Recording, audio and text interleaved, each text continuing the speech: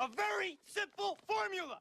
Everybody's a suspect. Hi guys, my name is Will and welcome back to the channel. So today we are going to be defending Halloween 2 from 2009, Rob Zombie's Halloween 2 to be specific. I feel like this movie is truly misunderstood and underrated so much.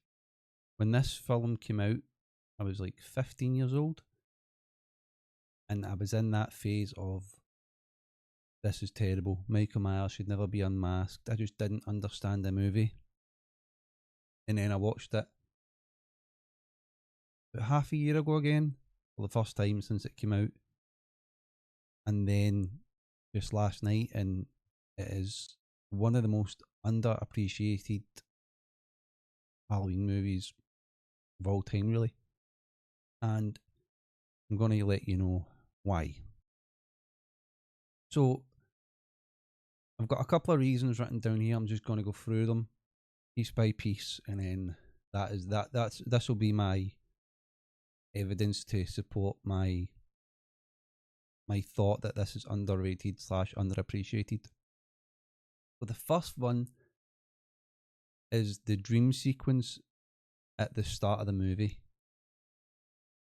It basically takes the original Halloween 2 of the hospital and cuts it into like a 20-minute part, maybe 15 minutes.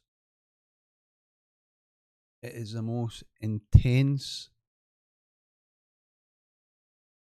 probably the most intense part of the whole series, like Halloween 1 and 2 of the Rob Zombie era. It's just the way it's shot, it brings you back to that nostalgia feeling of Halloween 2, the original one. The chase sequence in this is exceptional. The brutality of Michael Myers, I think it's Tyler Mane. He's just, as Michael Myers, he's just so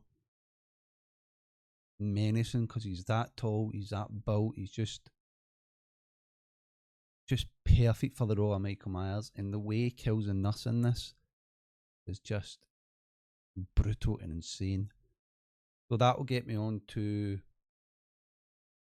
my next point, that the Michael Myers in this he's brutal, he's mean, he's aggressive.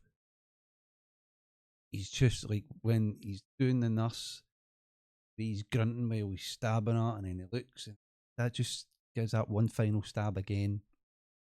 Then there's a bit in the call it the strippers. The way he's outside, and one of the guys is taking out the trash, and the way he grabs this guy,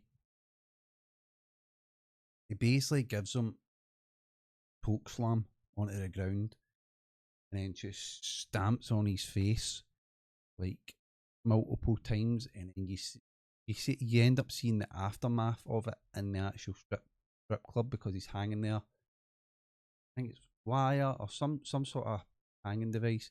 You just see his face all mushed in. Just the practical effects in that is absolutely insane. In the way he does the guy who owns the strip club, like he's coming out, he's broke, flaring all over the place. It's just great. And then even at the start of the film with Michael Myers, just before the hospital dream sequence, when they're in the crash of the coroner's van, or coroner, whatever you call it, instead of just slitting the guy's throat with the glass, like he saws at it, basically chop his neck off, and you hear every wee bit of skin ripping through, and just blech, horrible. There's another scene in this part, in the brutality of Michael Myers, but I'm going to go through it on a different part of the reasons why I think this movie is underrated. So the next one for defending this movie is the relationship between Laurie, Annie, and Sheriff Brackett. I think Sheriff Brackett, or he's some sort of police officer. I think it's Sheriff Brackett. Their relationship in this is just great. They've got the laughs. It's like a true family dynamic. They've got the laughs, got the hardship of what they just went through, and it just makes the movie more grounded and more like I could just watch a movie, a drama movie, just about that relationship without Michael Myers. Michael Myers in this movie is just the icing on the cake for me. So yeah, their relationship is a true grounded dynamic based on what they went through in the first Halloween movie. This will lead me on to Laurie in this. Scout Taylor Compton is just unbelievable. I think she deserved more credit in this movie that she gets. Her acting in this movie is insanely good. It is just phenomenal. Like what this movie really does well is takes drama and makes it real.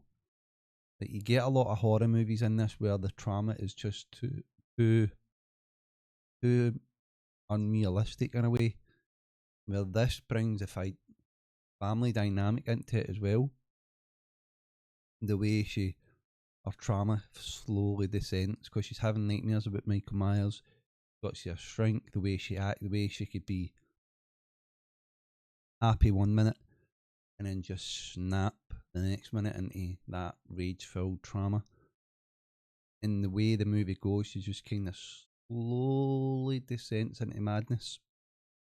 And then when she reads Dr. Loomis's book, she just flips, and that's what makes her descent further, and that's what makes her finally switch into full blown crazy mode. So yes, Scout Taylor Compton in this, phenomenal. Danielle Harris in this is phenomenal with her trauma and their bond and relationship in real life. And in this movie is just, both of them deserve so much credit. It is, yeah. Hats off to both of these girls. So the final part of this is the Danielle Harris, Annie death scene. This, when I watched this last night, it got me in a way that it's never ever hit me before ever. Her death scene is so impactful. With Danielle Harris, again, Danielle Harris is acting in this. And she's lying on the floor, all bloody. Phenomenal.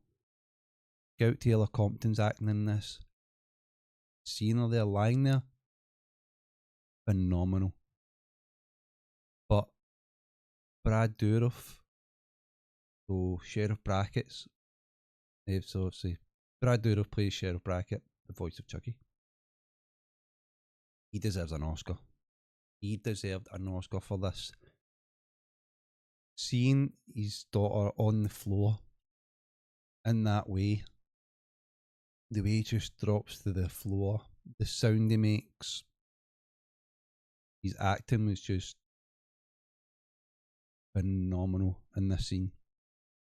It makes it so real. Last night I was sitting there, and then it gives you the score, so the music in this scene as well, and also the flashbacks of young Danielle Harris, obviously young Annie. It literally brought a tear to my eye. I'm like, this has never hit me before in this sense. I'm like, what the hell's going on? So yeah, Brad Dourif in this scene, it honestly deserves an Oscar. It was the best part of the movie, and it was a death scene. And you didn't even see Michael killing her. It was just the aftermath of it. It was insanely good on the directing, the acting from Brad Dourif, Danielle Harris, Scout Taylor Compton. Everything in this scene was phenomenal. So yeah, to round up my overall thoughts on Halloween 2 is I feel that this movie is all to do with trauma, family. Obviously, it literally says families forever. The only part I'm a bit confused on is the white horse, and I really feel the white horse and the ghosts and stuff like that was just an excuse to bring Sherry Moon Zombie into the movie. Obviously, Rob Zombie's directing it, so he wants his wife to be in it. It's always the case. I think that was the main reason why that storyline, sub storyline, was involved in this movie. But overall, I think this movie was based on trauma and the impact that has on the family dynamic, as well as being obviously a Michael Myers Halloween movie. So yeah, that's my overall thoughts. What is your thoughts? And leave your comments down below, and I'll see yous next time. Like scary movies? Uh-huh. What's your favorite scary movie?